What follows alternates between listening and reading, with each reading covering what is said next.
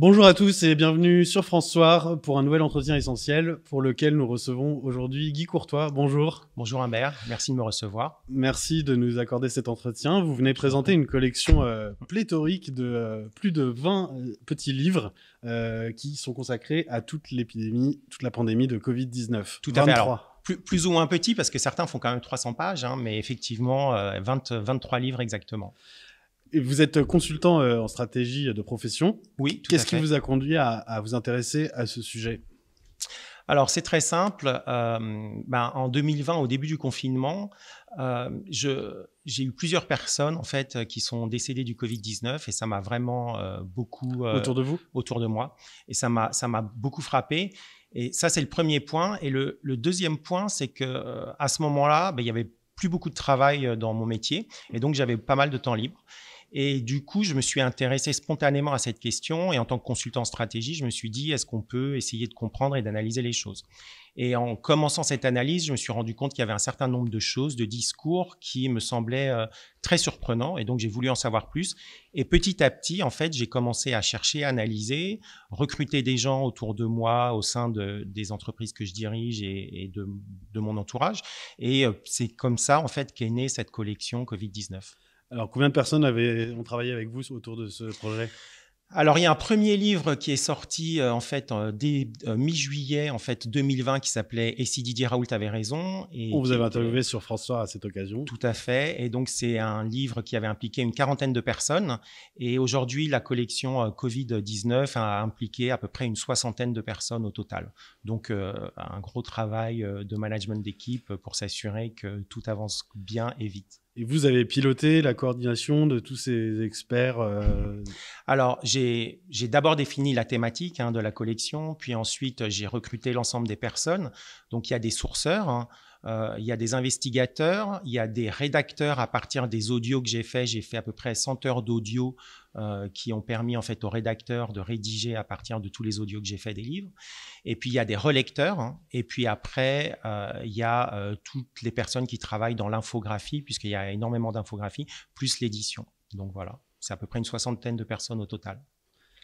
D'accord. Et votre approche était de restituer tout l'aspect complexe de toute la gestion de cette crise, de son approche, de ses explications.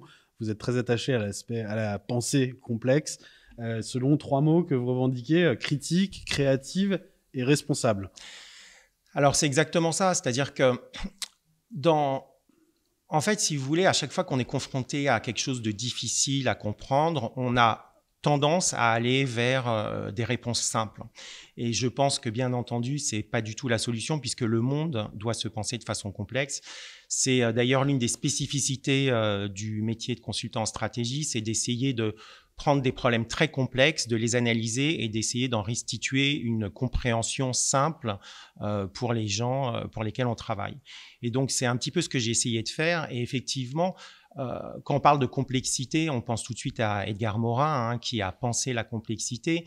Et la complexité, c'est quoi? C'est critique dans la mesure où, c'est-à-dire, c'est par itération, recherche, on voit ce qui marche, ce qui ne marche pas, on fait les analyses jusqu'à ce qu'on ait quelque chose qu'on considère comme fiable d'un point de vue analytique. Et donc ça, c'est vraiment la pensée critique, qui est la partie importante de la pensée complexe. Puis après, vous avez effectivement d'autres dimensions, mais notamment la dimension d'ouverture, c'est-à-dire aller accepter la critique de l'autre, le regard constructif de l'autre pour avancer en fait dans cette approche de la vérité. Voilà, donc ça me semble être essentiel. Et constructif, bien entendu, c'est-à-dire d'essayer de donner du sens à tout ce qu'on analyse. Et donc voilà, et ça me semble absolument essentiel. Et est-ce que vous avez appliqué les techniques donc, du conseil en stratégie, d'analyse, de synthèse, etc., à toutes les problématiques Covid, mais on n'en a pas soupé des consultants en stratégie parce que c'est eux qui sont partout, y compris au sommet de l'État qui a en partie privatisé la gestion de la crise. Est-ce que vous appliquez pas les techniques qui justement nous ont parfois égarés? Alors, j'entends la critique et je pense c'est légitime de me la poser. Maintenant, je dirais que le consultant en stratégie, s'il a une éthique dans son travail, il suit une démarche de vérité, une démarche construite, et en général, on pose des hypothèses, hein, d'accord, ce qu'on appelle une issue analysis dans notre métier, et puis ces hypothèses, ensuite, on va les vérifier sur le terrain. Et on va les vérifier à travers une multitude d'interviews, de recherches, d'analyses, de lectures, et on les infirme ou on les confirme. Et c'est là où il faut une véritable éthique de la vérité, c'est-à-dire qu'en fonction de ce qu'on a trouvé, être capable de dire non, l'hypothèse que j'avais posée est fausse, et donc voilà la vraie réponse. Donc c'est vraiment dans cette démarche-là qu'on l'a faite. Maintenant, j'aimerais revenir sur votre critique du monde du conseil en stratégie. Je pense qu'on peut le critiquer pour de multiples raisons, et notamment, il y a parfois un certain manque d'éthique dans le métier. Je pense notamment, on a beaucoup critiqué McKinsey récemment sur la crise des opioïdes aux États-Unis. Et effectivement, parfois, pour faire du chiffre, certains consultants peuvent oublier certaines valeurs éthiques fondamentales. Et notamment sur cette crise des opioïdes, où on avait mis en place un système de bonus pour les médecins qui touchait une prime à chaque fois qu'ils avaient un patient qui était devenu dépendant aux opioïdes. Bon, ça, c'est vraiment des choses qui posent question. Et d'ailleurs, ils ont été condamnés à de très, très fortes amendes aux États-Unis.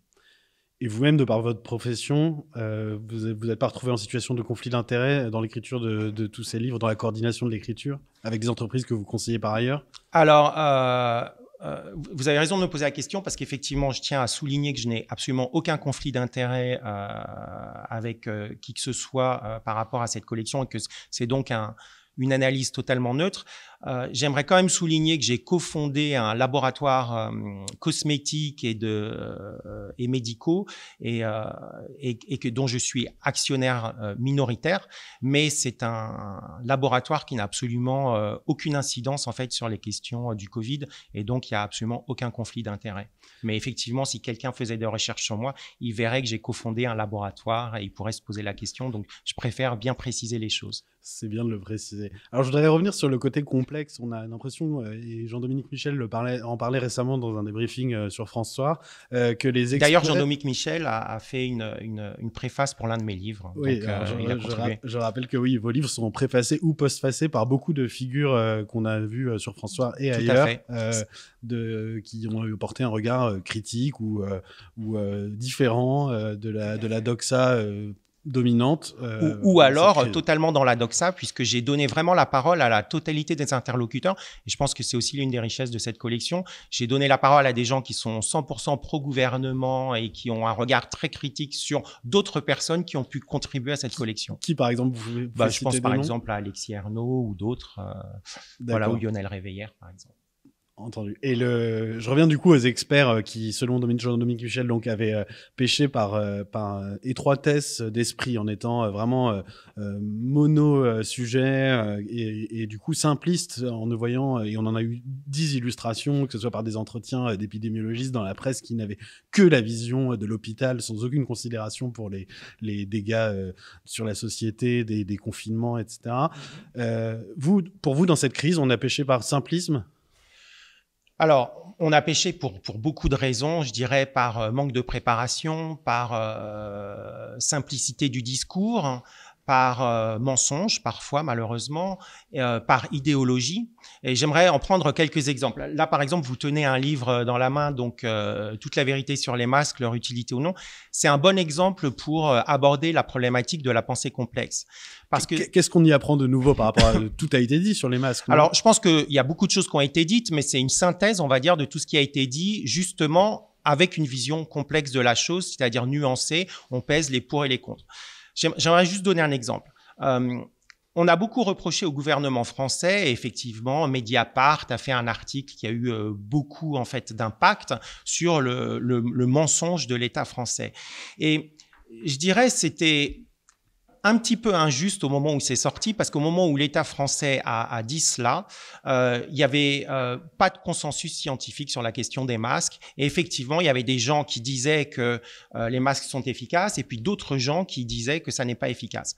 En fait, pour répondre à cette question, c'est que quand vous faites les tests en laboratoire, l'efficacité des masques est absolument démontrée. Il n'y a pas de problématique. En tout cas, en termes de postillonnage, vous évitez le postillonnage. Mais toute la question était l'efficacité en population générale. Mais voilà, la question, c'est l'efficacité en population. La plupart des gens prennent leur masque, le mettent dans leur poche, le portent pendant 3 jours, le tripotent dans tous les sens. Et là, effectivement, la question de l'efficacité se pose. C'est pourquoi, d'ailleurs, la Suède a longtemps soutenu que les masques étaient totalement inutiles. Dans notre première analyse, nous avons dit il y a un risque que le coronavirus soit transmis par voie aérosol, et donc par principe de précaution, nous préconisons le port des masques dans les lieux confinés, dans les lieux où il y a une forte population, type transport en commun et tout ça. Mais effectivement, on s'est tout de suite posé la question de se dire, quand on va faire une balade en nature, ou quel est l'intérêt de porter le masque. Et ça, je pense que ça méritait débat.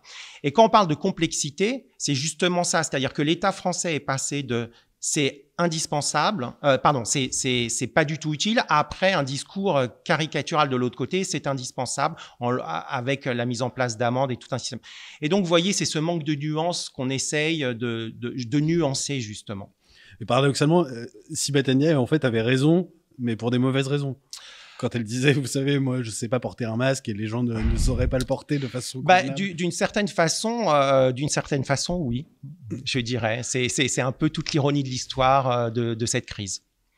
D'accord, donc on a aussi beaucoup d'autres sujets que vous balayez dans les différents tomes. Par exemple, comment on a bafoué la liberté de prescrire des médecins. Oui. Pouvez-vous nous dire un mot, par exemple, sur celui-là? Oui, alors ça, c'est pour moi sans doute l'un des sujets, en tout cas en ce qui me concerne, le plus important de cette crise, parce que s'il y a quelque chose auquel je suis extrêmement attaché, c'est la liberté de débat, l'approche démocratique et la liberté tout court. Et donc effectivement, c'est la première fois dans l'histoire en fait que on a remis en cause le serment d'Hippocrate. Et donc, j'aimerais pas être caricatural et dire la prise en charge précoce fonctionne dans tous les cas, l'hydroxychloroquine plus l'azithromycine, la bithérapie fonctionne. Moi, j'ai toujours tenu ce discours qui est de dire je ne sais pas répondre à cette question. J'ai rencontré énormément de scientifiques, beaucoup me disent ça fonctionne, beaucoup me disent ça ne fonctionne pas. Aujourd'hui encore, il y a certaines études qui viennent de sortir très récemment qui démontrent que ça pourrait fonctionner. Il y a beaucoup d'autres choses comme le zinc, la vitamine D, l'ivermectine. Bref, il y a tout un ensemble de choses liées à la liberté de prescrire. Or, en France et dans d'autres pays, dans certains États des États-Unis notamment, on a, par certains mécanismes, interdit cette liberté de prescription. Et ça, en fait, que ça fonctionne ou pas, c'est pas vraiment la question pour moi. La question, c'est cette question démocratique d'interdire au médecin libéral de pouvoir prescrire. Donc, on le fait en fait dans un cas en fait très spécifique. C'était possible, et dans ce cas-là, pendant cette crise, ça n'a plus été possible. Et en enquêtant sur ce sujet, justement, est-ce que vous avez été... Qu'est-ce qui vous a frappé au sein de la communauté des médecins, communauté étant un mot peut-être abusif, vu qu'ils ont une réputation d'individualiste, mais est-ce que vous avez l'impression qu'ils ont, pour la plupart, consenti et renoncé à leur liberté de prescrire, ou est-ce qu'au contraire, vous avez découvert que beaucoup étaient, peut-être n'osaient pas s'exprimer, mais étaient choqués par le fait que... Alors, il y a eu les deux. Et je pense que c'est là, il y a eu les deux, et je dirais c'est un petit peu presque un combat de résistants. Et moi personnellement, j'ai écrit cette collection en me voyant un peu comme un résistant, c'est-à-dire essayer de vouloir faire une vraie analyse. Et donc vous avez un certain nombre de médecins qui ont prescrit, qui sont allés au-delà en fait, et en pensant servir l'intérêt général, et beaucoup ont été poursuivis d'une façon ou d'une autre et tout. Et puis vous en avez d'autres qui ne l'ont pas fait parce qu'ils ont eu peur, et puis vous en avez d'autres qui ne l'ont pas fait parce qu'ils n'y croient pas et qu'ils pensent que ça n'est pas une bonne chose. Donc voilà, on a vu à peu près tous les profils, mais je dirais qu'on a eu une forte dichotomie quand même entre les médecins de la médecine libérale et en fait les gens qui travaillent à l'hôpital, qui ont eu une perception, une approche différente. Pour vous, l'hôpital a pris en otage à l'excès tout le reste de la société? Je le dirais pas comme ça, c'est peut-être un peu caricatural, mais par contre, ce qui est sûr, je dirais que c'est l'État qui a pris en fait en otage la médecine libérale au début de la crise, parce que toutes les préconisations que j'ai faites dans les livres que j'ai publiés il y a un an, je dirais la plupart ont été reprises aujourd'hui par les autorités sanitaires et je m'en réjouis. Je dirais que 95% des préconisations que j'ai faites ont été reprises aujourd'hui et sont appliquées aujourd'hui. Donc je ne peux que me réjouir en fait que mes livres aient été lus, écoutés et aient eu un impact aujourd'hui. Je pense par exemple à l'utilisation d'un oxymètre, on ne dit pas à quelqu'un vous restez chez vous jusqu'à ce que vous soyez sur le point de mourir. C'est à un médecin libéral de venir le voir, on lui donne un oxymètre, on mesure, on voit s'il a un risque. Ce type de choses très simples. Et puis après, vous savez, il y a aussi l'effet placebo, c'est-à-dire que quand quelqu'un se sent suivi par un médecin libéral, il a plus de force en lui, il trouve plus d'énergie en lui. Il y a tout un mécanisme cérébral qui se met en place qui lui permet en fait de mieux lutter. C'est ce que disent certains à propos de ce qui s'est passé à l'IHU de Marseille, que peut-être plus encore que l'efficacité discutée du traitement, c'est la vraie différence, c'est faite sur la prise en charge. Je ne sais pas, je ne dirais pas ça, puisque comme tout à l'heure je disais, j'ai pas de réponse absolue sur cette question de l'efficacité de la bithérapie ou d'autres traitements aujourd'hui. Mais ce que je constate, c'est que tous ces traitements aujourd'hui sont utilisés dans un très grand nombre de pays, l'ivermectine notamment. Mais en tout cas, si l'effet placebo doit jouer un rôle, eh bien oui, qu'il joue ce rôle. Aujourd'hui, il y a certaines personnes qui souffrent de dépression, on leur donne un médicament, alors soit des antidépresseurs, mais certains on leur donne tout simplement des médicaments placebo entre guillemets. Et ça fonctionne bien aussi. Alors avant d'évoquer quelques autres exemplaires, quelques autres numéros de la collection, je voudrais juste vous demander si vous avez vous-même été itératif dans votre démarche, parce que vous revendiquez être un résistant, donc c'est déjà une forme de parti pris au départ. Oui. Et d'un autre côté, à la fin de vos livres, vous invitez à signaler toute erreur, correction, vous donnez même une adresse mail à cet effet. Est-ce que vous, depuis plus d'un an que vous travaillez sur ces sujets, vous avez évolué, affiné, j'imagine, votre analyse? Comment s'est fait votre cheminement? Écoutez, en fait, c'est un cheminement qui est fondé sur le doute permanent. Donc, en fait, j'ai jamais eu de certitude forte, c'est-à-dire à chaque fois que j'ai affirmé quelque chose, j'ai toujours pris les précautions de les étayer avec des sources. Au total, on a plusieurs milliers de sources dans l'ensemble de ces livres, plusieurs centaines d'interviews de médecins et de personnes qui ne sont pas non plus du monde médical, puisqu'on s'intéresse beaucoup aux questions économiques. Moi, j'ai toujours été animé par le doute et c'est le doute qui m'anime toujours et qui continue à m'animer. C'est pourquoi je vous réponds tranquillement que sur certaines choses, j'attends que l'avenir nous donne la réponse. Et il y a un phénomène qui est quand même assez étrange, c'est l'objet du numéro 6 de la collection, comprendre l'énigmatique origine du Covid-19. Alors ça, c'est un exemple assez typique de phénomène itératif, puisqu'il y a environ un an, il était interdit de penser que ça puisse être le fruit du pur hasard. Maintenant, l'hypothèse d'un virus en partie artificielle est une parmi d'autres. Est-ce que vous basculez dans cette thèse qui était considérée comme complotiste il y a un an? Alors, non, je ne bascule pas, mais j'aimerais expliquer ma pensée sur ce point qui est intéressant. Alors, moi, je lutte absolument contre toute forme de complotisme. L'idée d'une pensée unique qui viendrait tout expliquer, une grande théorie. D'ailleurs, c'est Karl Popper qui est le premier à énoncer. Donc, Karl Popper, c'est un grand épistémologue autrichien qui est de nationalité anglaise, britannique. Et donc qui a pensé en fait, qui a posé pour la première fois le terme de complotisme.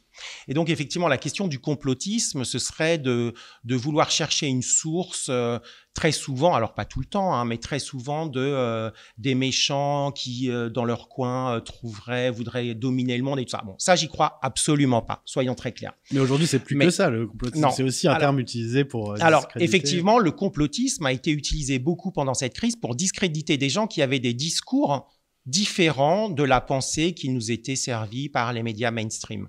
Et là, effectivement, cet exemple sur l'origine du virus est très intéressant. Moi, j'ai vécu en Chine pendant 3 ans. J'ai vécu à Beijing. J'ai rencontré un grand nombre de personnes là-bas, notamment des gens dans le domaine médical. Et donc, j'ai beaucoup échangé. Je suis rentré en France il y a juste 2 ans. Donc, vous voyez, quand la crise a commencé... C'est vous qui avez apporté le virus, alors Peut-être. Et donc, vous voyez, sur cette crise, ce qui s'est passé, c'est que Dès le début, la Chine a complètement verrouillé en fait la recherche de la problématique en fait de l'origine du virus. Et on le comprend parce que la Chine aujourd'hui sur la scène internationale souhaite s'imposer comme une superpuissance et elle fait tout pour cela, hein, que ce soit d'un point de vue militaire, économique, le soft power, et elle le fait d'ailleurs plutôt bien. Ce que je trouve d'ailleurs inquiétant pour nos pays, si vous le permettez. Je tiens à souligner que j'aime énormément le peuple chinois. J'aime énormément la culture chinoise et j'ai une très grande amitié pour tous les Chinois. Ça me semble indispensable de le dire. Maintenant, je me permets de critiquer le gouvernement de temps en temps, ce que je fais, que ce soit français ou chinois d'ailleurs, ou d'autres. Et donc, sur cette question-là, c'est cristalliser une opposition entre les États-Unis et la Chine sur l'origine du virus. Les États-Unis accusant que le virus pourrait être tout droit sorti d'un laboratoire. Le fameux virus chinois dont parlait Donald Trump. Mais pas fabriqué en laboratoire, comme aurait pu le dire Luc Montagnier, qui est une autre hypothèse que je mets de côté. Mais par contre, le fait qu'il puisse s'être échappé parce qu'il n'était pas suffisamment sécurisé, je tiens quand même à rappeler que ce laboratoire a été financé par l'Institut Pasteur, par la France, hein, et que on avait noté plusieurs fois, il y avait d'ailleurs un article de Nature là-dessus, qu'il y avait quand même des risques de sécurité réels. Donc l'idée qu'un laborantin ait pu se faire mordre par une chauve-souris, ne l'ait pas signalé, soit sorti du laboratoire et contaminé d'autres personnes, c'est pas du tout une idée farfelue. Et d'ailleurs, quand je l'avais écrit à l'époque, on m'avait traité de complotiste.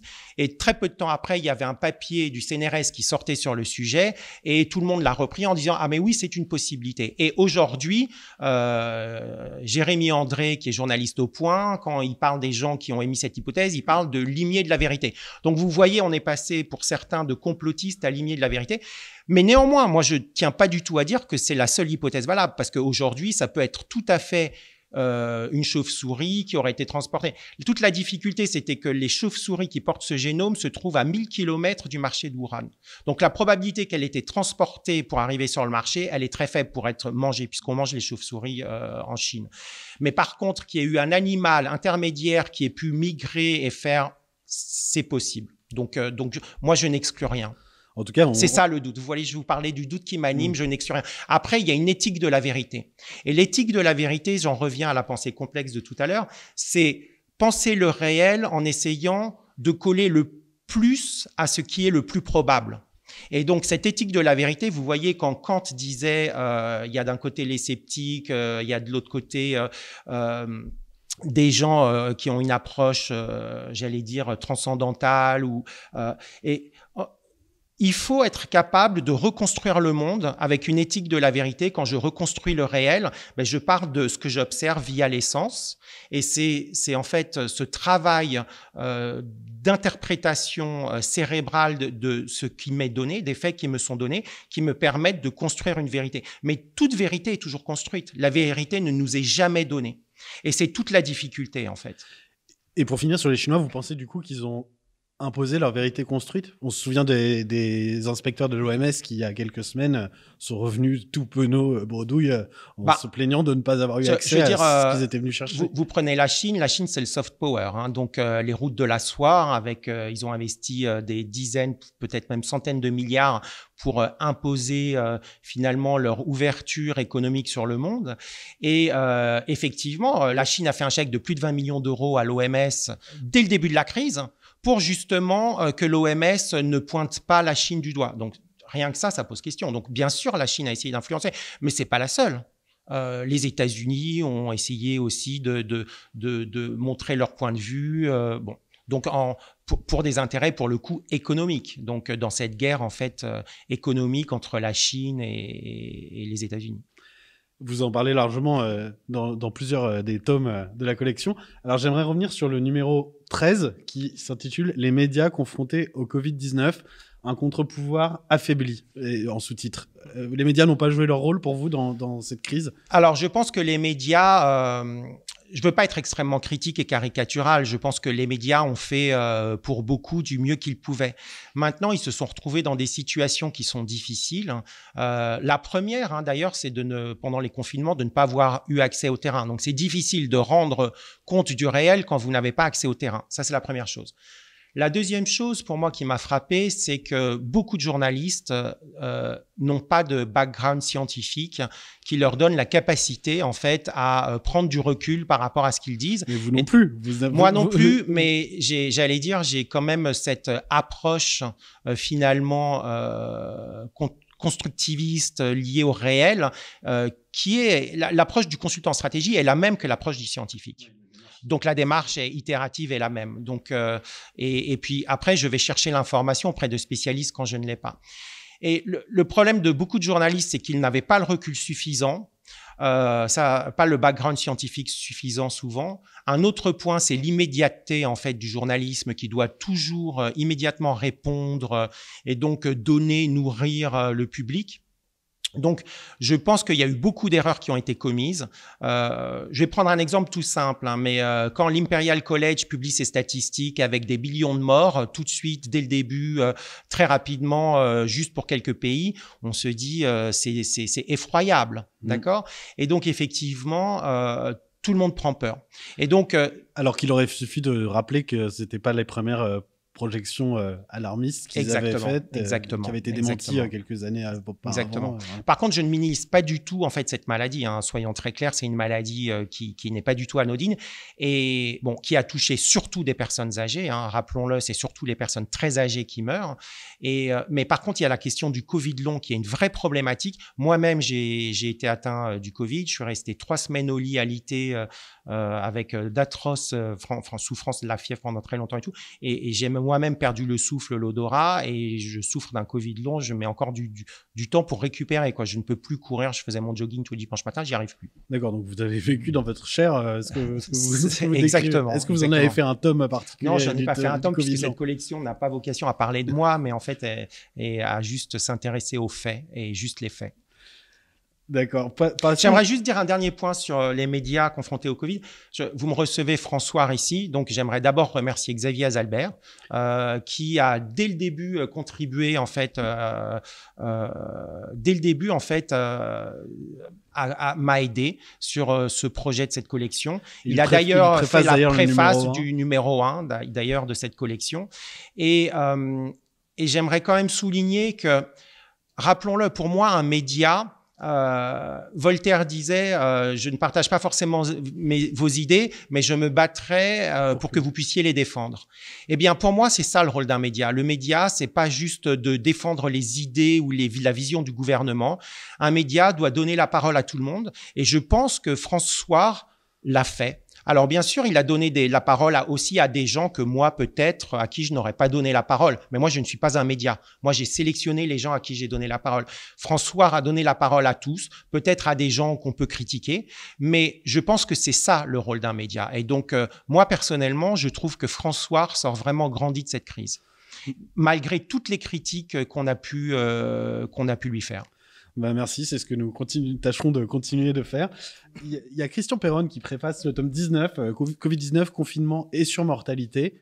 Une autre approche était-elle possible? Alors on a entendu tout et son contraire sur les surmortalités. On a tous les statisticiens qui s'étripent selon s'ils regardent seulement en 2020 par rapport à 2019, aussi au contraire on remonte plus loin dans le temps.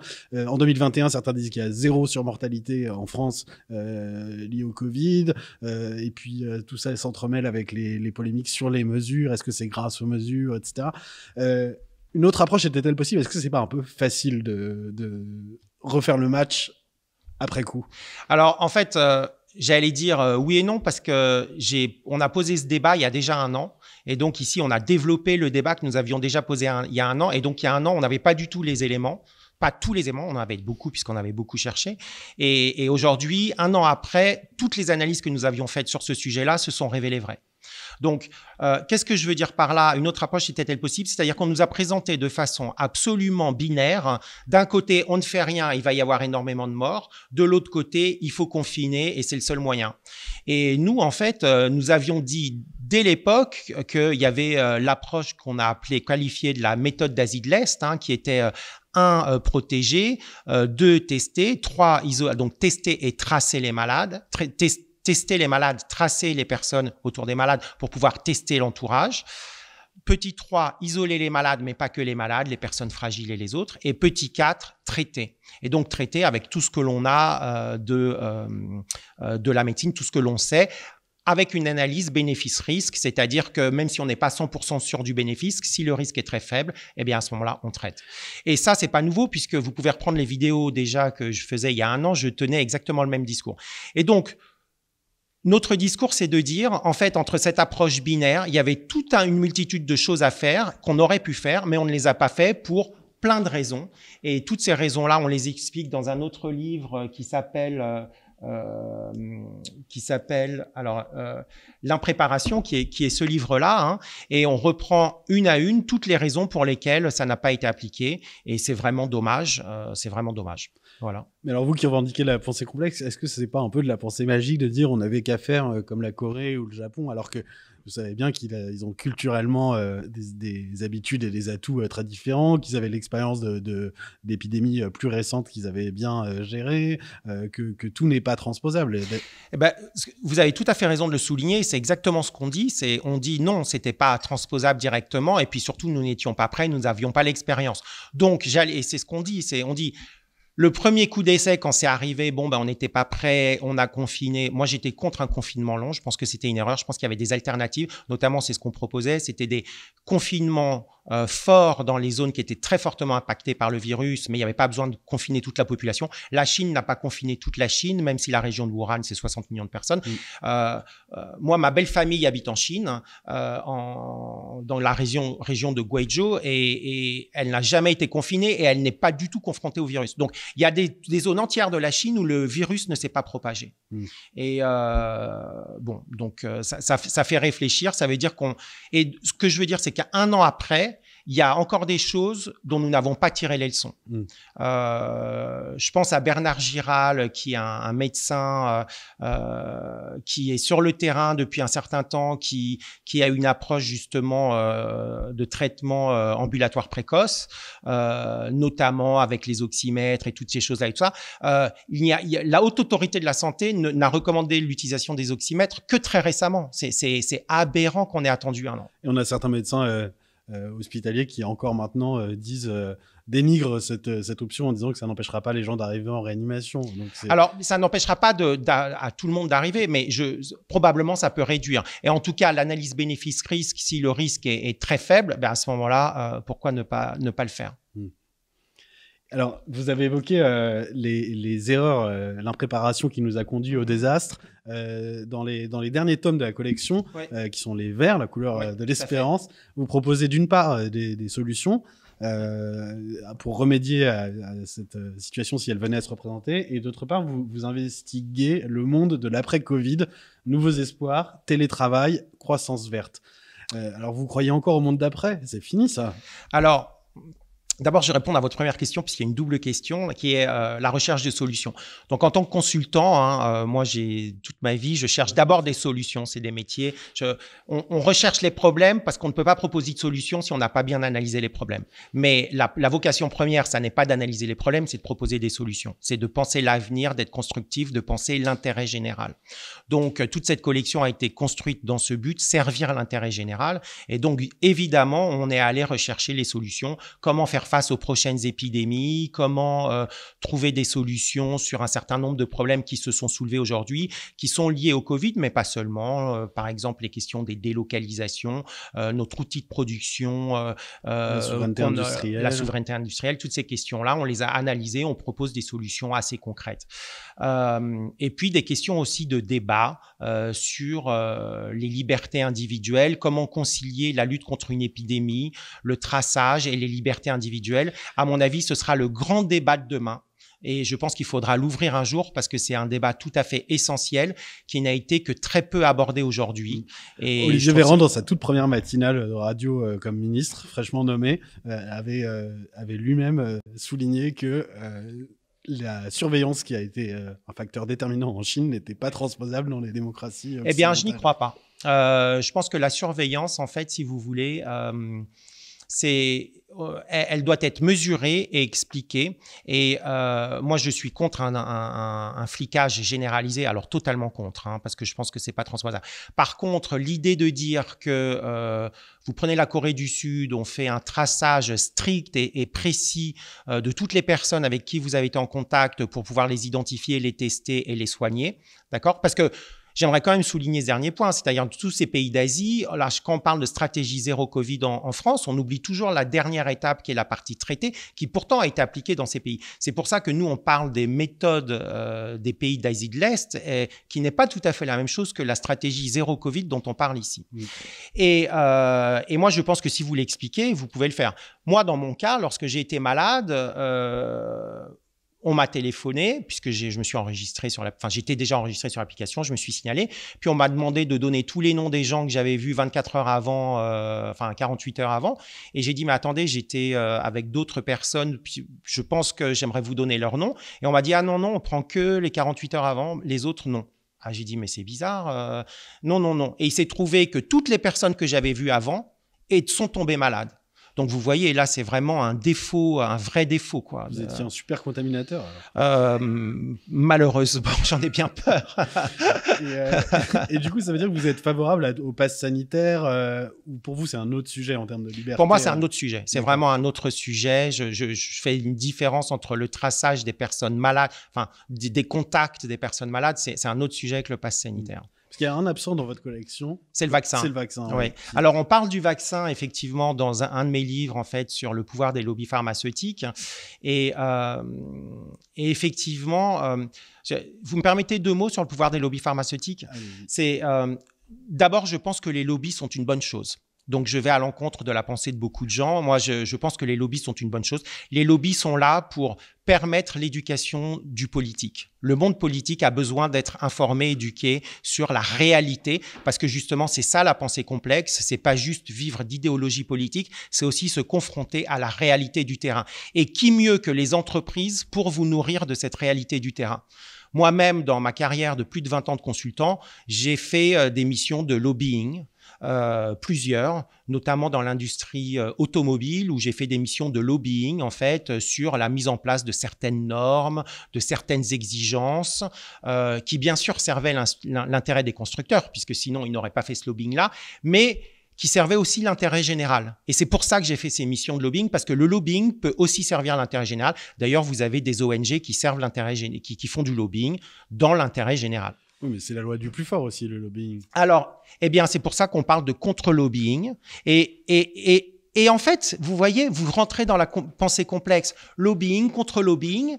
Et c'est cette itération, finalement, de dialogue et de discours qui fait qu'on s'approche de la vérité. Et c'est cette vérité qui vient nourrir le politique. Donc, pour moi, le lobbying, le contre-lobbying, c'est quelque chose de positif en soi.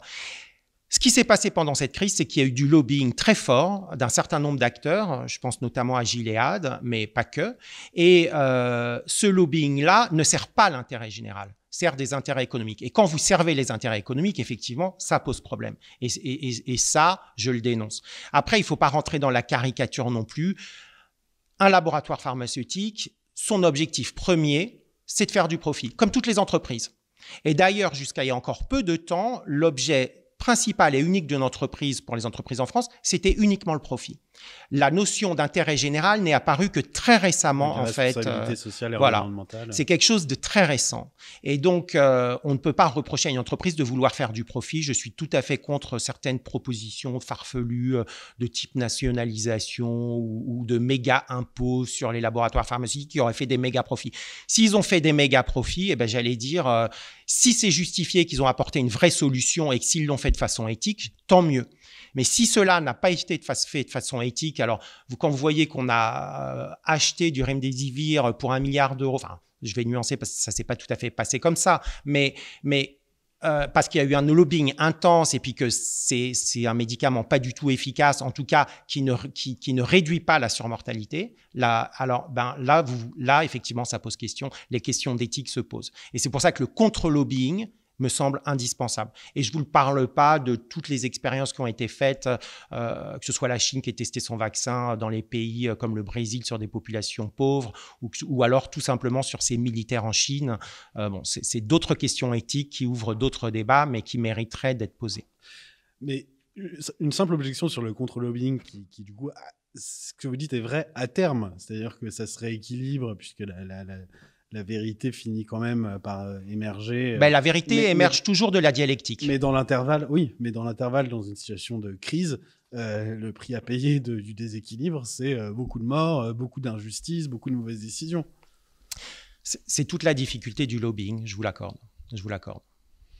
Et en définitive, du coup, si on devait trouver une explication, vous allez me répondre, j'imagine qu'il n'y en a pas qu'une, mais vous trouvez comme explication majeure dans tous les dysfonctionnements que vous répertoriez, ce serait plutôt l'incompétence, une décadence civilisationnelle qui nous a empêchés d'appréhender les enjeux à leur juste place, ou alors une corruption systémique. Qu'est-ce qui l'emporte pour vous comme explication dominante? Bon, je vais vous répondre, c'est complexe. Évidemment. Et donc, je pense que c'est difficile de répondre une seule solution. Quand les gens parlent de la décadence de l'Empire romain, je crois qu'on a identifié plus de 300 causes qui seraient à l'origine de la décadence.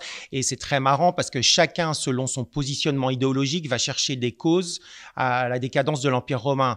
Il y a des gens qui vont dire la raison, c'est qu'on n'a pas su défendre les frontières étaient ouvertes. D'autres vont vous dire que c'était l'homosexualité des empereurs, d'autres vont vous dire... Bref, on raconte absolument tout et n'importe quoi selon la position sur laquelle on se positionne. Oui, son domaine d'expertise. Donc, voilà. Donc, c'est la même chose ici pour la crise du Covid-19.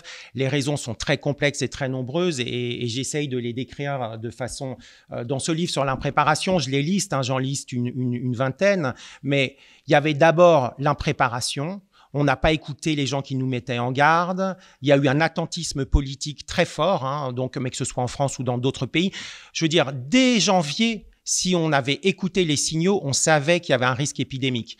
Mais il y a eu aussi, vous savez, cette expérience du passé. Comme les épidémies n'étaient pas passées chez nous, on s'est dit, ça ne va pas passer cette fois-ci. C'était le berger qui criait au loup. Voilà. Quoi. Il y a eu l'incompétence, donc un effritement du niveau de compétence de la haute fonction publique, qui a été souligné par un certain nombre de hauts fonctionnaires qu'on a pu interviewer. D'où le renfort des cabinets de conseil. D'où le renfort des cabinets de conseil. Mais pour une raison simple, vous savez... autrefois, la haute fonction publique était extrêmement attractive. Aujourd'hui, vous pouvez faire fortune en allant travailler dans une start-up. Donc aujourd'hui, finalement, ce sont les sociétés, une nouvelle technologie qui attirent les meilleurs talents et beaucoup moins la haute fonction publique. Donc je pense que ça peut participer à cette explication-là. Et puis après, il y a une gestion peu visionnaire de la recherche médicale, un manque de préparation humaine, un appauvrissement de l'hôpital avec une vision comptable de l'hôpital. Enfin, les raisons sont multiples. La délocalisation de notre outil de production. Bref, il y a vraiment énormément manque de dialogue entre l'hôpital public et l'hôpital privé, les rigidités françaises. Enfin voilà, ce ne sont que quelques exemples.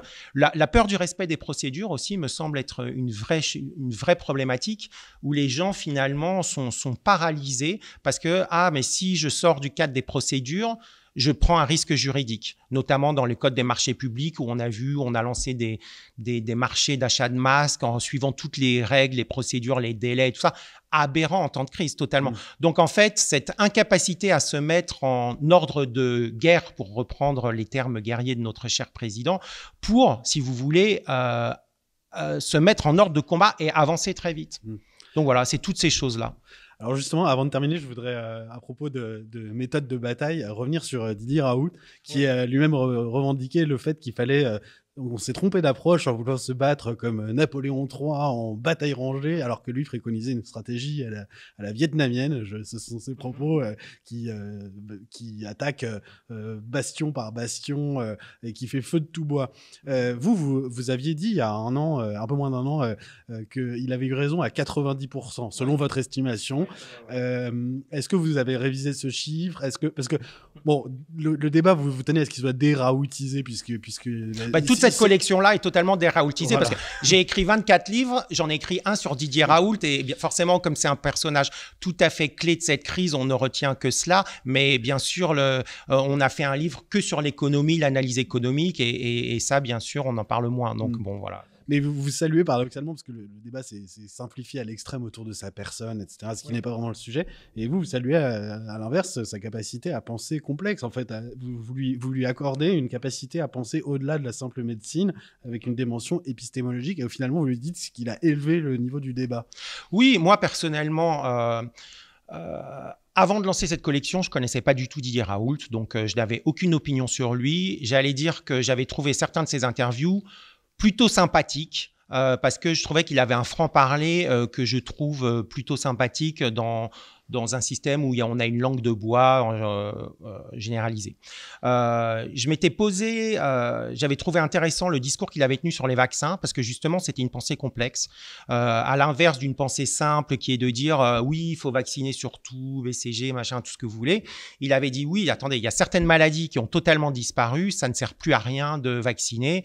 Ça, on parle de son discours bien avant. Bien avant la crise, voilà. Et donc j'avais été assez séduit par justement cette approche complexe de la pensée et par son approche philosophique. Moi, je suis passionné de philosophie. Il se trouve qu'après avoir fait l'ESSEC, j'ai suivi une licence de philosophie. J'ai pas passé le diplôme, mais j'ai suivi puisque je travaillais déjà, malheureusement, et que j'ai toujours été intéressé par la philosophie. Et donc, je trouvais son discours intéressant. Et puis, quand la crise est arrivée, je me suis intéressé spontanément. Et puis après, je vous cache pas que c'était pas le titre que j'avais retenu pour mon premier livre, mais ça, c'est mon éditeur qui me l'a imposé pour des raisons plus marketing. Et puis, bon, on a tourné, du coup, structuré un petit peu autour de ce titre-là. Mais je l'aurais plus appelé la Bible du Covid ou quelque chose comme ça. Mais enfin bref, ça c'est des Bible, rien que ça. Alors, je sais pas si c'est le mot, mais enfin voilà. Donc ce que je veux dire, c'est que bon, c'est un livre qui a eu beaucoup de succès, donc c'est vrai, on était très contents. Donc ça veut dire que l'éditeur avait peut-être raison d'avoir choisi ce titre. Mais pour revenir sur la question de Didier Raoult, je trouve que c'est un personnage qui a été extrêmement clivant pendant cette crise. Et on va dire, il y a eu la moitié de la population qui l'a adoré en quasi-dieu, puis l'autre moitié qui l'a quasi-haï. Alors, l'autre moitié quand même minoritaire. Hein. Et je trouve que c'est intéressant de voir qu'un personnage peut cliver autant. Et d'ailleurs, c'est assez révélateur finalement du manque, d'une certaine forme de binarisme de la pensée, où on s'interdit de penser de façon simple. Et même moi, je dois vous dire, des gens auxquels je suis très attaché dans ma famille, que j'aime beaucoup, ont pu parfois tout simplement dire non, je vais pas lire ton livre parce qu'il y a marqué Didier Raoult dessus, j'aime pas cette personne, donc je ne le lirai pas. Bon, on a tous vécu ce genre de déchirement. Là, je vous cache pas que ça m'a fait de la peine, mais bon, voilà, c'est la vie est comme ça. Faut accepter que certains pensent différemment que nous, et c'est comme ça. Et donc, dans l'ensemble, à part du coup quelques erreurs humaines et à part l'aspect personnel, vous maintenez son approche, sa démarche générale était plutôt la bonne à vos yeux. Oui, moi je pense qu'il a eu raison sur un très très grand nombre de points. Si on reprend factuellement tous les points sur lesquels il s'est exprimé, force est de constater que les faits lui ont donné raison sur un très grand nombre de points. Et je vais prendre l'exemple, très vite il a dit il faut tester massivement. Ça lui a été beaucoup reproché dès le début. Je me souviens, il y avait des interviews, il y avait des reportages vidéo sur BFM TV où on voyait les gens qui attendaient pour se faire tester. On disait, il y avait des médecins qui venaient de façon péremptoire expliquer que c'était absolument scandaleux et tout ça. Et puis le président de la République, quelques mois après, a dit Didier Raoult avait raison, mot pour mot, quasiment. Il avait raison sur les tests, il fallait tester massivement. Donc voilà un exemple où il avait parfaitement raison. Un exemple sur lequel, à mon avis, il s'est trompé. Je pense que quand il a dit que la Chine avait tout bien fait, je le caricature parce qu'il ne l'a pas dit comme ça, mais moi, au contraire, j'ai un regard extrêmement critique sur la Chine pour une multitude de raisons, mais notamment, je pense que le drame de l'épidémie mondiale que l'on vit vient du fait que la Chine ait caché ce qui s'est passé. Elle aurait pu prévenir beaucoup plus. Et non seulement elle l'a caché, mais quand on l'a su, elle a voulu minimiser les faits en expliquant au pays qu'il ne fallait pas fermer les frontières, que c'était du racisme. Ça n'a rien à voir avec le racisme que de fermer les frontières d'un pays où il y a une épidémie qui vient de se faire. On aurait dû le faire immédiatement. Par idéologie, la France ne l'a pas fait. Ça a été une très grave erreur. Il y a eu des discours totalement aberrants disant le virus ne prend pas l'avion. Mais alors, c'est n'importe quoi. Je veux dire, vous avez une épidémie dans un pays, vous fermez immédiatement les frontières et vous mettez en place des tests absolument systématiques pour toutes les personnes qui arrivent. Bon, voilà le type. Et vous le faites de façon intelligente parce que moi, pour avoir vécu en Chine, avoir plein d'amis qui truc, quand à un moment donné c'était compliqué, on passait par un autre pays à côté, transitoire, qui lui n'était pas bloqué. Donc, il faut penser la complexité aussi de ces choses-là et il faut tester les gens quand à l'aéroport. Moi, j'avais entendu un politicien venir nous expliquer de toute façon, les tests à l'aéroport sont totalement inutiles. Bon, voilà, c'est quand vous assénez des bêtises pareilles, c'est pas étonnant que la crise se soit propagée rapidement dans nos pays. Et concernant Didier Raoult, est-ce qu'on ne peut pas vous faire la même objection que les autres pays, que quand vous parlez de pays étrangers, à savoir, lui avait les moyens de tester en masse, s'est donné aussi les moyens. Il s'est donné les Marseille, moyens. Hein. Mais est-ce que vous pouvez faire pareil à l'échelle d'un pays? Parce que c'est facile d'être dans sa tour d'ivoire avec son outil. Ah, mais je suis d'accord avec vous. Là-dessus, je suis d'accord et vous avez raison de le souligner. Il faut s'en donner les moyens. Quand on regarde les tests, par exemple, on aurait pu tout de suite utiliser les laboratoires privés. On s'y est refusé pour des raisons administratives, pour précarer le. Après, on pouvait utiliser les tests vétérinaires qui auraient permis de faire un très très grand nombre de tests. On se l'est interdit parce que ça rentrait pas dans les procédures. Et ça revient à ce que je vous disais tout à l'heure, la peur de sortir du cadre des procédures. Et donc, on a attendu plus d'un mois. Donc, vous voyez, c'est ce type de choses-là qui n'est pas compréhensible pour la population. Et on doit tirer les leçons de ces erreurs-là. En restituant les problèmes dans toute leur complexité, vous l'avez dit. Et pour finir, je voudrais revenir sur un point qui est, auquel vous appelez, c'est la faillite démocratique qu'on a eue dans toute cette gestion. Vous appelez à réintroduire un vrai débat démocratique. Concrètement, quelle forme ça prendrait concrètement? Pour moi, cette faillite démocratique, elle s'est faite, je dirais, à deux niveaux. La première, c'est au niveau le plus élevé, c'est au niveau de l'Assemblée nationale.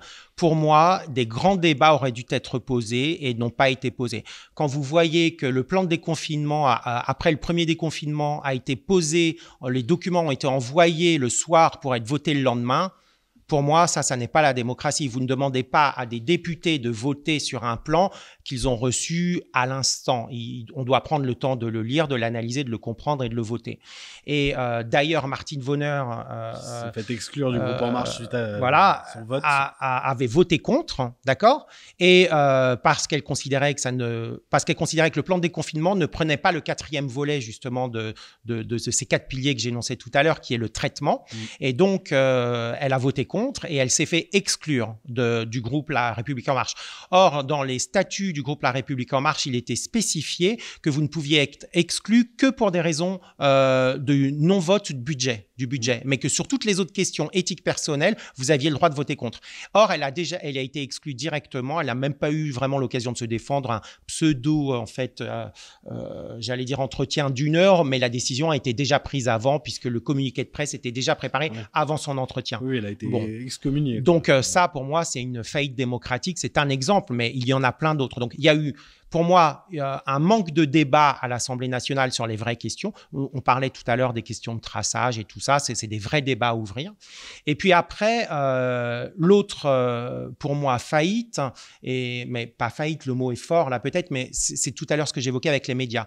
Je pense que les médias n'ont pas complètement joué leur rôle. En tout cas, dès le début, c'était un relais de l'information gouvernementale avec très peu d'esprit de recul. Voire les chiens de garde pour certains. Voire les chiens de garde pour certains. Et ça, je trouve que c'est dommage. Alors, heureusement, aujourd'hui, on a les réseaux sociaux qui ont permis finalement une grande liberté, mais avec tous les risques des réseaux sociaux, puisqu'il y a beaucoup de fake news les excels, la haine, les trolls et tout ça. Est-ce que vous reviendrez dans 6 mois ou dans 1 an avec une mise à jour de cette collection, ou est-ce que ce sera terminé? Non, ce sera terminé pour moi. Par contre, il y a encore 2 livres qui vont sortir. Le prochain livre, c'est la méthode, donc le numéro 17 sur une épidémie mondiale de la santé. Et donc là, effectivement, c'est un thème que j'avais déjà évoqué dans le livre sur confinement et surmortalité, mais on étudie vraiment les conséquences en fait de toute cette crise sur la santé mentale des gens, que ce soit les étudiants, les entrepreneurs, chefs d'entreprise, les salariés au chômage, les salariés qui sont en télétravail.